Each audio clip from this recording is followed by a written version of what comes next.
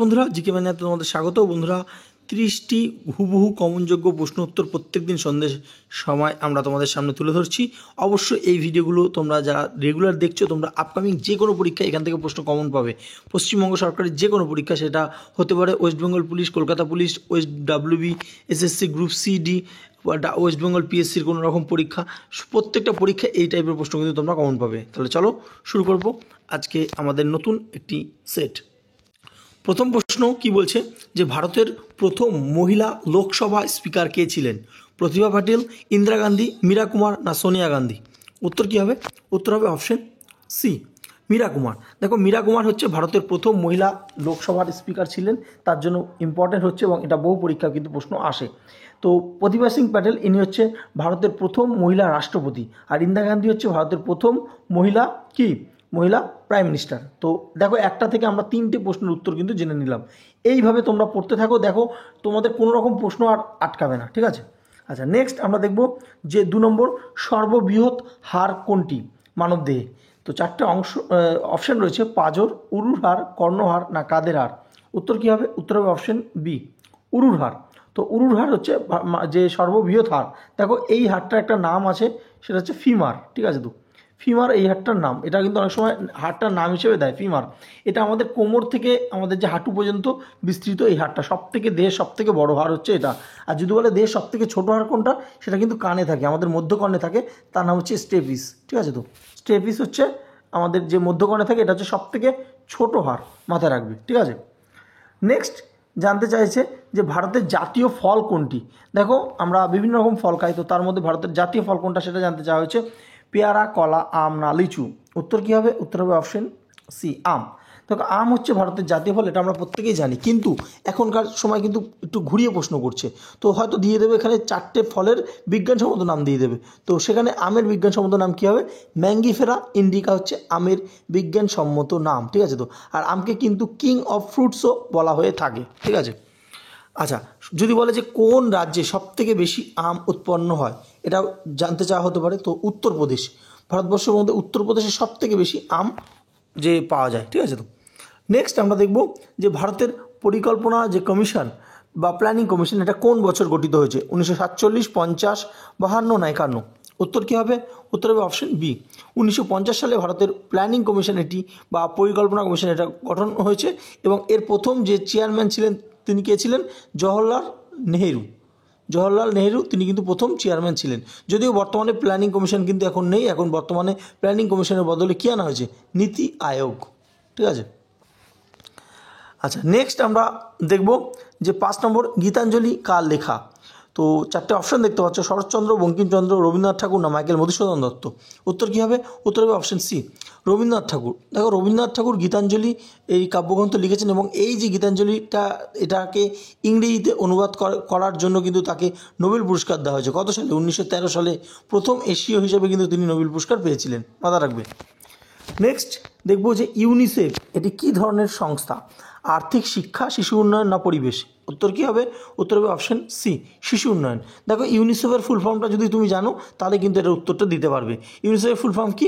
You মানে হচ্ছে United, N মানে হচ্ছে নেশন, ঠিক আছে? তো আই মানে হচ্ছে ইন্টারন্যাশনাল, সি হচ্ছে চিলড্রেন্স, ই হচ্ছে এমার্জেন্সি, এফ হচ্ছে ফান্ড। তাহলে বুঝতে পারছো, চিলড্রেন্স এমার্জেন্সি ফান্ড, অর্থাৎ শিশুর যে উন্নয়নের জন্য এটা কাজ করে থাকে। এখান থেকে আরেকটা প্রশ্ন দেয়, ইউনিসেফের হেডকোয়ার্টার কোথায় বা সদর দপ্তর কোথায়? সেটা হচ্ছে নিউ ইয়র্কে আছে। এটা কোথায়? আমেরিকায় অবস্থিত, ঠিক আছে? নেক্সট 7 নম্বর প্রশ্ন, যে সতীশ ধাওয়ান স্পেস সেন্টার এটা কোথায় অবস্থিত? মহারাষ্ট্র, তামিলনাড়ু, উড়িষ্যা না অন্ধ্রপ্রদেশ? তো 4টে অপশান রয়েছে, উত্তর কী হবে? উত্তর হবে অপশন ডি, অন্ধ্রপ্রদেশ। তো অন্ধ্রপ্রদেশের শ্রীহরিকোটাতে কিন্তু এই সতীশ ধাওয়ান স্পেস সেন্টার রয়েছে, ঠিক আছে? তো আরও একটা স্পেস সেন্টার জানতে চাওয়া হয়, সেটা হচ্ছে বিক্রম সারাভাই যে স্পেস সেন্টার, এটা কোথায় আছে? এটা কেরালা ত্রিভুবনপুরমে রয়েছে, মাথা রাখবে। নেক্সট 8 নম্বর প্রশ্ন, ভারতের জাতীয় পশু কোনটি? সিংহ, বাঘ, চিতা না গন্ডার? উত্তর কী হবে? উত্তর হবে অপশন বি, বাঘ। তো বাঘের বিজ্ঞানসম্মত নাম জেনে রাখো, সেটা হচ্ছে প্যান্থেরা টাইগ্রিস হচ্ছে বাঘের বিজ্ঞানসম্মত নাম। এবং যে কত সালে, যদি বলে কত সালে বাঘকে জাতীয় পশুর তকমা দেওয়া হয়েছে, সেটা হচ্ছে 1973 সালে ভারত সরকারের পক্ষ থেকে কিন্তু বাঘকে জাতীয় পশুর তকমা দেওয়া হয়েছে। নেক্সট আমরা দেখে নেব পরবর্তী প্রশ্ন, যে রাজ্যসভার সদস্যদের কার্যকালের মেয়াদ কত? 3, 4, 5 না 6? উত্তর কী হবে? উত্তর হবে 6। দেখো এখান থেকে যে প্রশ্ন আসে যে কোন সভা ভাঙা যায় না বা স্থায়ী, সে হচ্ছে রাজ্যসভা। রাজ্যসভা কিন্তু একটা স্থায়ী সভা, ঠিক আছে তো। এবং এর যে কার্যকালের মেয়াদ হচ্ছে 6 বছর, এবং প্রত্যেক 2 বছর অন্তর 1/3 করে মেম্বার কিন্তু অবসর গ্রহণ করে, ঠিক আছে। নেক্সট আমরা দেখব ভারতের প্রথম প্রধানমন্ত্রী কে ছিলেন। দেখো আমরা কিন্তু অলরেডি করেছি, এই জন্য এক্সট্রা ইনফরমেশন, অনেকে একজন কমেন্ট করছিল যে দাদা এক্সট্রা ইনফরমেশন দিতে হবে না, কিন্তু এক্সট্রা ইনফরমেশন না দিলে কিন্তু তুমি পরীক্ষা পাস করতে পারবে না। তুমি শুধু অনলাইনের প্রশ্ন উত্তর পড়লে হবে না, তোমাকে এক্সট্রা ইনফরমেশন জানতে হবে। তার থেকে ওই এক্সট্রা ইনফরমেশন থেকে দেখবে কখনো পরীক্ষায় প্রশ্ন চলে এসেছে, ঠিক আছে। তো ভারতের প্রথম প্রধানমন্ত্রী কে ছিলেন, এটা আশা করি তোমরা উত্তর দিয়ে দেবে। মহাত্মা গান্ধী, রাজেন্দ্র প্রসাদ, জওয়াহরলাল নেহরু না সর্দার প্যাটেল? তো উত্তর কী হবে? উত্তর হবে অপশন সি, জওয়াহরলাল নেহরু হচ্ছে ভারতবর্ষের প্রথম প্রধানমন্ত্রী ছিলেন। আর যদি বলে ভারতের প্রথম রাষ্ট্রপতি কে ছিলেন, সেটা হচ্ছে রাজেন্দ্র প্রসাদ, ঠিক আছে। অপশন বিতে রয়েছে রাজেন্দ্র প্রসাদ প্রথম কিন্তু ভারতবর্ষের প্রধানমন্ত্রী ছিলেন, এই রাষ্ট্রপতি ছিলেন। আর প্রধানমন্ত্রী হচ্ছে জওয়াহরলাল নেহরু। বঙ্গবন্ধু সেতু এটি কোন দেশে অবস্থিত? ভারত, বাংলাদেশ, পাকিস্তান না নেপাল? উত্তর কী হবে? উত্তর হবে অপশন বি, বাংলাদেশ। দেখো ভারতবর্ষের যে সমস্ত প্রতিবেশী রাষ্ট্র আছে না, তাদের বিভিন্ন বিখ্যাত জিনিস কিন্তু আমাদের যে স্টেট গভর্নমেন্টের পরীক্ষায় জানতে চাওয়া হয়, বিশেষ করে বাংলাদেশটা যেহেতু ভারত যে পশ্চিমবঙ্গের একদম লাগোয়া দেশ, তো সেখান থেকে কিন্তু প্রশ্ন করা হয়। তো বঙ্গবন্ধু বুঝতেই পারছো যে বাংলাদেশের যখন বাংলাদেশে যে জন্ম হয়েছিল, তার কিন্তু নেতৃত্ব দিয়েছিলেন বঙ্গবন্ধু মুজিবুর রহমান। তো তার নামে কিন্তু এই বঙ্গবন্ধু সেতুটা রয়েছে। এটা কোন নদীর ওপর রয়েছে? এটা রয়েছে যমুনা নদীর ওপর রয়েছে, ঠিক আছে তো। আচ্ছা, এখান থেকে একটা প্রশ্ন কারেন্ট অ্যাফেয়ার্স হিসেবে আসতে পারে, কারণ যে 2022 নাগাদ কিন্তু বাংলাদেশের সবথেকে বড় সেতু তৈরি হয়েছে, ডবল ডেকার সেতু, ঠিক আছে। অর্থাৎ ওপরেরটা থেকে গাড়ি যানবাহন চলবে আর নিচেরটা থেকে রেল চলবে, ঠিক আছে তো। সেটা হচ্ছে, তার নাম কি? তার নাম হচ্ছে পদ্মা সেতু। পদ্মা নদীর ওপর তৈরি হয়েছে এবং বাংলাদেশের সবথেকে যে দীর্ঘতম সেতু, ঠিক আছে। নেক্সট, এই প্রশ্নটা বহু পরীক্ষা আসে, রিপিটেড আসে, এবং এটা আসবেও আপকামিং যে কোনো পরীক্ষায়, কারণ এটা একটা গুরুত্বপূর্ণ প্রশ্ন। বিশ্ব পরিবেশ দিবস কবে পালন করা হয়? 5ই জুন, 22শে মার্চ, 1 মে না 16ই সেপ্টেম্বর? উত্তর কী হবে? উত্তর আমরা প্রত্যেকেই জানি 5ই জুন। দেখো 5ই জুন বিশ্ব পরিবেশ দিবস পালন করা হয়। তো তোমাদের মাথায় প্রশ্ন এসেছে কখনো যে বিশ্ব পরিবেশ দিবস কেন 5ই জুন পালন করা হয়? কারণ তোমরা শুনেছো 1972 সালে স্টকহোমে একটা পরিবেশ যে কনফারেন্স হয়েছিল, সেই পরিবেশ কনফারেন্সের প্রথম দিন 5ই জুন ছিল, এবং তার থেকে কিন্তু এই 5ই জুনটা বিশ্ব পরিবেশ দিবস হিসেবে পালন করা হয়ে আসছে। নেক্সট 13 নম্বর প্রশ্ন আমরা দেখে নেব, যে ব্রহ্মপুত্র নদ এটা কোন দেশ থেকে উৎপন্ন হয়েছে? ভারত, নেপাল, তিব্বত না বাংলাদেশ? উত্তর কী হবে? উত্তর হবে অপশন সি, তিব্বত। তো তিব্বতের চেমাইং বলে একটা রয়েছে, হ্রদ রয়েছে, সেখান থেকে কিন্তু এটি উৎপন্ন হয়েছে, ঠিক আছে তো। বা কৈলাস রেঞ্জও অনেক সময় পেয়ে যাবে তোমরা, কৈলাস রেঞ্জ থেকে এটি উৎপন্ন হয়েছে। নেক্সট, পদ্মশ্রী এটি কী ধরনের পুরস্কার? ক্রীড়া, সামরিক, বেসামরিক না শুধুমাত্র সাহিত্য? উত্তর কী হবে? উত্তর হবে অপশন সি, পদ্মশ্রী একটি বেসামরিক বা সিভিলিয়ান অ্যাওয়ার্ড, ঠিক আছে তো। আচ্ছা, ব্রহ্মপুত্র যেটা বললাম, যেটা এটা চিমাইং হিমবাহ থেকে উৎপন্ন হয়েছে, ঠিক আছে তো। আচ্ছা, নেক্সট, চক্রবাতের কারণ কি? কম চাপে বায়ুর ঘূর্ণায়ন, বৃষ্টিপাত, ভূমিকম্প না আগ্নেয়গিরি? উত্তর কী হবে? উত্তর হবে অপশন এ, কম চাপে বায়ু ঘূর্ণায়নকে চক্রবাত বলে। দেখো এই চক্রবাত কিছুই না, ঘূর্ণিঝড়টাকেই চক্রবাত বলে। অনেক সময় তোমরা আকাশবাণীতে শুনেছো যে আর কিছু ঘন্টার পরে বা আজকে বা কালকে এরকম যে একটা চক্রবাত হবে, অর্থাৎ ঘূর্ণিঝড় হবে, ঠিক আছে তো। নেক্সট আমরা দেখব যে ভারতের সংবিধান কবে গৃহীত হয়? এটা তো বহু পরীক্ষায় রিপিটেড প্রশ্ন, ঠিক আছে তো। তো কবে গ্রহণ করা হয়েছিল? 26শে জানুয়ারি 1950, 15ই আগস্ট 1947, 26শে নভেম্বর 1949, 30শে জানুয়ারি 1948? উত্তর কী হবে?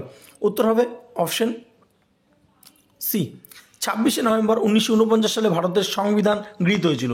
দেখো এখানে তিনটে যে অপশন আছে না, এই তিনটে অপশন থেকেই পরীক্ষা ঘুরিয়ে ফিরিয়ে প্রশ্ন আসে, তোমাদের জানতে হবে কি। দেখো ভারতের সংবিধান গ্রহণ করা হয়েছিল হচ্ছে 26শে নভেম্বর 1949, আর 26শে জানুয়ারি 1950 এটা ভারতের সংবিধান কার্যকর হয়, তার জন্যই তো আমরা রিপাবলিক ডে পালন করি, ঠিক আছে। আর 15ই আগস্ট 1948 আমরা প্রত্যেকে জানি এদিন ভারতবর্ষ স্বাধীন হয়েছিল। আর 30শে জানুয়ারি 1948 এই দিন গান্ধীজিকে হত্যা করা হয়েছিল নাথুরাম গডসে দ্বারা, এবং এই 30শে জানুয়ারি তার জন্য শহীদ দিবস হিসেবে কিন্তু পালন করা হয়ে থাকে, ঠিক আছে। নেক্সট আমরা দেখব যে মানবদেহের রক্তের রং লাল হওয়ার কারণ কি? হিমোগ্লোবিন, কার্বন, লোহা না ক্যালসিয়াম? উত্তর হবে অপশন এ হিমোগ্লোবিন। দেখো হিমোগ্লোবিন থাকার জন্য রক্তের রং লাল, সেটা কারণ, কিন্তু তার থেকে বড় কারণ হিমোগ্লোবিন কি রয়েছে এখানে, আয়রন রয়েছে, তার জন্য কিন্তু এটা লাল। নেক্সট আমরা দেখব ভারতের কোন রাজ্যে সূর্যোদয় সবার আগে হয়? অরুণাচল প্রদেশ, পশ্চিমবঙ্গ, নাগাল্যান্ড না মিজোরাম? উত্তর কী হবে? উত্তর হবে অপশন এ অরুণাচল প্রদেশ। দেখো বুঝতেই পারছো, যদি এটা ভারতবর্ষের ম্যাপ হয়, অরুণাচল প্রদেশ একদম পূর্ব দিকে অবস্থিত। তো স্বাভাবিকভাবে আমরা জানি পূর্ব দিকে সূর্য ওঠে, তো স্বাভাবিকভাবে অরুণাচল প্রদেশ প্রথমে সূর্য দেখবে, ঠিক আছে? তো আর গুজরাট সব থেকে পশ্চিমে রয়েছে, তাহলে গুজরাটে সব থেকে দেরিতে কি সূর্যাস্ত হবে, ঠিক আছে? তো নেক্সট জনগণ মন এটি প্রথম গাওয়া হয় কত সালে? তো 1911, 47, 50 না 48? তো কী হবে? উত্তর হবে অপশন এ 1911। দেখো জনগণ মন এটা আমরা জানো যে ভারতবর্ষের ন্যাশনাল অ্যান্থেম। তো এটি কে রচনা করেছেন? এটি রবীন্দ্রনাথ ঠাকুর রচনা করেছেন, ঠিক আছে? নেক্সট ভারতের সবচেয়ে দীর্ঘতম নদী কোনটি? ব্রহ্মপুত্র, গঙ্গা না যমুনা না গোদাবরী? তো এর উত্তরটা কী হবে? এর উত্তরটা হবে অপশন বি গঙ্গা। তো গঙ্গার যে দৈর্ঘ্য জানতে চাওয়া হয় 25 জেনে রাখো, 25 কিমি, ঠিক আছে? তো আচ্ছা, এটা মনে রাখার নিয়ম, ঠিক আছে? তো আচ্ছা নেক্সট যেখানে দেখতে পাচ্ছ যে ব্রহ্মপুত্র বা সিন্ধু, এটা কিন্তু গঙ্গার থেকে অনেক বড়, ঠিক আছে? তো ইন্দাস রিভার বা ব্রহ্মপুত্র রিভার এটা গঙ্গার থেকে অনেক বড়, কিন্তু এগুলো ইন্টারন্যাশনাল রিভার, অর্থাৎ এগুলো অনেকগুলো দেশের মধ্যে দিয়ে গেছে, ঠিক আছে? তো আর এটা গঙ্গা নদী হচ্ছে শুধুমাত্র পুরোপুরি ভারতের, তো ভারতের দীর্ঘতম বলে গঙ্গা নদী কিন্তু হবে, ঠিক আছে? তো পরবর্তী দেখব নীল দর্পণ নাটকটি কে লিখেছিলেন? চারটে অপশন: দীনবন্ধু মিত্র, মাইকেল মধুসূদন দত্ত, রবীন্দ্রনাথ ঠাকুর না ঈশ্বরচন্দ্র বিদ্যাসাগর? উত্তর কী হবে? উত্তর হবে অপশন এ দীনবন্ধু মিত্র। তিনি নীল চাষিদের দক্ষ দুর্দশার কথা নিয়ে এই নীল দর্পণ নাটকটি রচনা করেছিলেন। এখান থেকে আরও একটা প্রশ্ন দেয় যে এই নীল দর্পণ নাটকটি ইংরেজিতে অনুবাদ করেছেন কে? সেটা হচ্ছে মাইকেল মধুসূদন দত্ত, ঠিক আছে? তো নেক্সট আমরা দেখব ভারতের বর্তমান মুখ্য নির্বাচন কমিশনার কে? রাজীব কুমার, জ্ঞানেশ কুমার, মনোজ কুমার না সুপ্রিম কুমার? উত্তর হবে অপশন বি জ্ঞানেশ কুমার হচ্ছে ভারতবর্ষের বর্তমান মুখ্য নির্বাচন কমিশনার। কারেন্ট অ্যাফেয়ার্সের গুরুত্বপূর্ণ প্রশ্ন: ভারতরত্ন কে প্রদান করেন? রাষ্ট্রপতি, প্রধানমন্ত্রী, লোকসভার স্পিকার না সুপ্রিম কোর্ট? তো উত্তর কী হবে? উত্তর হবে অপশন এ রাষ্ট্রপতি। তো ভারতরত্ন অ্যাওয়ার্ড রাষ্ট্রপতির দ্বারা কিন্তু দেওয়া হয়। নেক্সট খুবই গুরুত্বপূর্ণ একটা প্রশ্ন, কি বলছে যে ভারত সরকারের একটি শাখা পঞ্চায়েতি রাজ মন্ত্রক টিভিএফ, ঠিক আছে? টিভিএফ এর সাথে অংশীদারিত্ব করে আসলি প্রধান কন তৈরি করেছে? এটি কোন ওয়েব সিরিজের সাথে জড়িত? পঞ্চায়েত, পৌরসভা, লোকসভা না অপশন ডি মিনি সিরিজ? তো উত্তরটা কী হবে? উত্তরটা হয়ে যাবে অপশন এ পঞ্চায়েত। খুবই গুরুত্বপূর্ণ একটা সিরিজ পঞ্চায়েত। তো তার সঙ্গে কিন্তু যে একেবারে অংশীদারিত্ব করেছে ভারত সরকারের একটি শাখা পঞ্চায়েতি রাজ, এবং এই পঞ্চায়েত সিরিজটা কিন্তু খুবই পপুলার হয়েছে, এবং রিসেন্টলি পঞ্চায়েত সিরিজ 4 কিন্তু রিলিজ হয়েছে। তোমরা যদি না দেখে থাকো দেখতে পারো, খুবই ভালো একটা সিরিজ। আচ্ছা পরবর্তী প্রশ্ন কি বলছে যে এনডিএ এটি কোথায় অবস্থিত? দিল্লি, পুনে, চণ্ডীগড় না হায়দ্রাবাদ? উত্তর কী হবে? উত্তর হবে পুনে।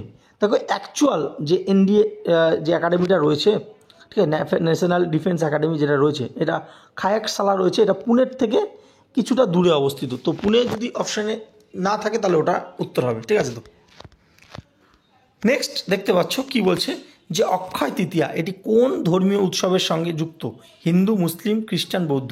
আমরা প্রত্যেকেই জানি যে হিন্দু ধর্মীয় উৎসবের সঙ্গে যুক্ত, কিন্তু এখানে দেখো অপশন নেই।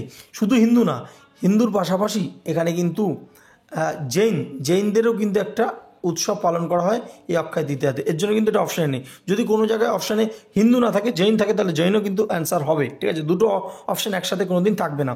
এই হিন্দুদের এটা পালন করা হয় এই কারণে যে ত্রেতা যুগের এই সময় শুরু হচ্ছে, এছাড়াও মহাভারতের বিভিন্ন রিলেটেড কাহিনী এর সঙ্গে বর্ণিত আছে। আর জৈনদের এই উৎসবটা পালন করা হয় কারণ তোমরা জানো জৈনদের প্রথম তীর্থঙ্কর ঋষভনাথ ছিলেন। তো ঋষভনাথ যে ধ্যান করেছিল, ধ্যান করার পর প্রথম যে তিনি ধ্যান যে ভেঙেছিলেন বা উপবাস ভেঙেছিলেন, তারপর যে তিনি যেটি পান করেছিলেন এই অক্ষয় তৃতীয়ার দিনে, তার জন্য এই দিনটা তাদের কাছেও গুরুত্বপূর্ণ, ঠিক আছে? প্রশ্ন তোমরা দেখতে পাচ্ছ 27 নম্বর, যে ঘরে বাইরে কে রচনা করেছেন? কবি নজরুল, কবি রবীন্দ্রনাথ ঠাকুর, কবি জীবনানন্দ, কবি সুকান্ত? উত্তর কী হবে? উত্তর হবে অপশন বি রবীন্দ্রনাথ ঠাকুর কিন্তু এই ঘরে বাইরে রচনা করেছেন, এবং এটি একটি ফেমাস গ্রন্থ কিন্তু, এবং এটা বহু পরীক্ষা কিন্তু রিপিট হয়। পরবর্তী প্রশ্ন, যে পারমাণবিক শক্তি নিয়ন্ত্রণ করে কোন সংস্থা? ডিআরডিও, ইসরো, AERB না CSIR? উত্তর কী হবে? উত্তর হবে অপশন সি, AERB। দেখো AERB যদি ফুল ফর্মটা জানো তাহলেই কিন্তু তুমি বুঝতে পারবে। এ থেকে হচ্ছে কি অ্যাটমিক, ই থেকে এনার্জি, আর থেকে রেগুলেটরি, বি থেকে বোর্ড। বুঝতেই পারছো, অ্যাটমিক এনার্জি রেগুলেটরি বোর্ড এটি ভারতের একটি সংস্থা যেটি পারমাণবিক শক্তি নিয়ন্ত্রণ করে থাকে। নেক্সট আমরা দেখব 29 নম্বর প্রশ্ন, যে নিচের কোনটি মানব দেহের উন্নয়ন সূচককে নির্ধারণে ব্যবহার করা হয় না? আয়ু, জিডিপি, শিক্ষা না জীবন যাত্রার মান? উত্তর হবে অপশন বি, জিডিপি। জিডিপিটা কিন্তু ব্যবহার করা হয় না, বাকি যেগুলো ব্যবহার করা হয় সেগুলো তোমাদের জানতে হবে। কী কী? আয়ু, শিক্ষা এবং জীবনযাত্রার মান, এই তিনটে জিনিস কিন্তু ব্যবহার করা হয়। নেক্সট, ওয়েস্ট বেঙ্গলের বৃহত্তম ডিস্ট্রিক্ট এলাকা অনুযায়ী কোনটি? চারটে অপশান, নর্থ চব্বিশ পরগনা, সাউথ চব্বিশ পরগনা, কলকাতা না বাঁকুড়া? উত্তর কী হবে? উত্তর হবে অপশন বি, সাউথ চব্বিশ পরগনা বা দক্ষিণ চব্বিশ পরগনা হচ্ছে যে পশ্চিমবঙ্গের বৃহত্তম জেলা। ঠিক আছে, তো তোমাদের কাছে আজকের হোমওয়ার্ক প্রশ্ন, যে পশ্চিমবঙ্গের সবথেকে ক্ষুদ্রতম জেলা কোনটি?